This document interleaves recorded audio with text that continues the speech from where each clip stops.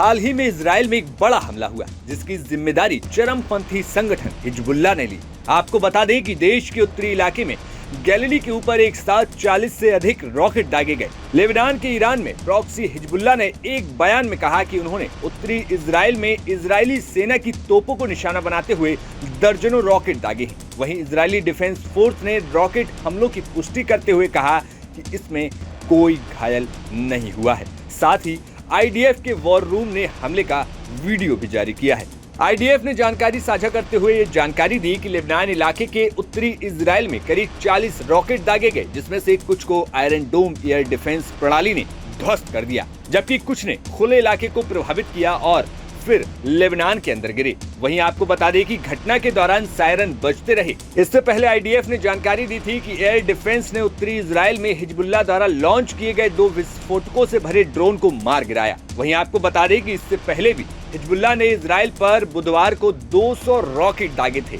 एक रिपोर्ट के मुताबिक ईरान समर्थित संगठन हिजबुल्लाह ने गुरुवार को इजराइल पर 150 से ज्यादा बड़े आकार के रॉकेट और 30 ड्रोन से हमला किया। दावा किया जा रहा है कि उसके रॉकेट और ड्रोन ने इजरायली सेना के 9 ठिकानों को निशाना बनाया, जिससे इजराइल को भारी नुकसान हुआ है। वहीं उसके बाद हिजबुल्लाह ने बुधवार को भी इजराइल पर 250 रॉकेट से हमला किया था। दरअसल मंगलवार को इजरायली सेना के हमले में हिजबुल्लाह के शीर्ष कमांडर अबू तालेब मारे गए। उसी के जवाब में हिजबुल्लाह ने ये हमला किया। हिजबुल्लाह ने कहा कि बदला लेने के लिए हमला किया गया है।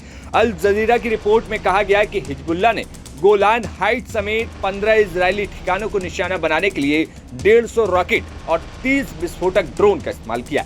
इजरायली मीडिया ने कहा कि हमले में कम से कम 2 घायल हुए हैं। हमले के कुछ देर पहले ही इजरायली डिफेंस फोर्स के प्रमुख लेफ्टिनेंट जनरल हेरजी हेवली ने और अमेरिका के सेंट्रल कमांड के प्रमुख जनरल माइकल एरिक के बीच एक महत्वपूर्ण बैठक हुई, जिसमें इजराइल पर ईरान की संभावित हमले को लेकर चर्चा की गई।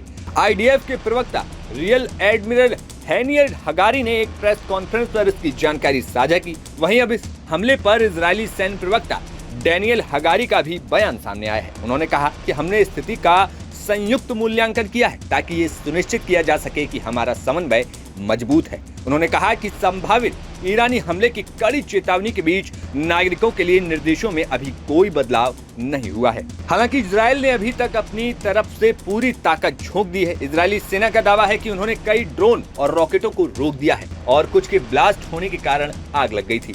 इजरायली सेना ने एक्स पर यह जानकारी दी। बता दें कि लेबनानी कमांडर मंगलवार देर रात इजरायली हवाई हमले में मारे गए थे। कमांडर की मौत के बाद ही हिजबुल्लाह ने ये एक्शन शुरू किया, जिसके बाद इजराइल ने दक्षिण लेबनान के इलाके में बमबारी करते हुए और हिजबुल्लाह के ठिकानों को निशाना बनाकर जवाब दिया था। Bureau report, news nation.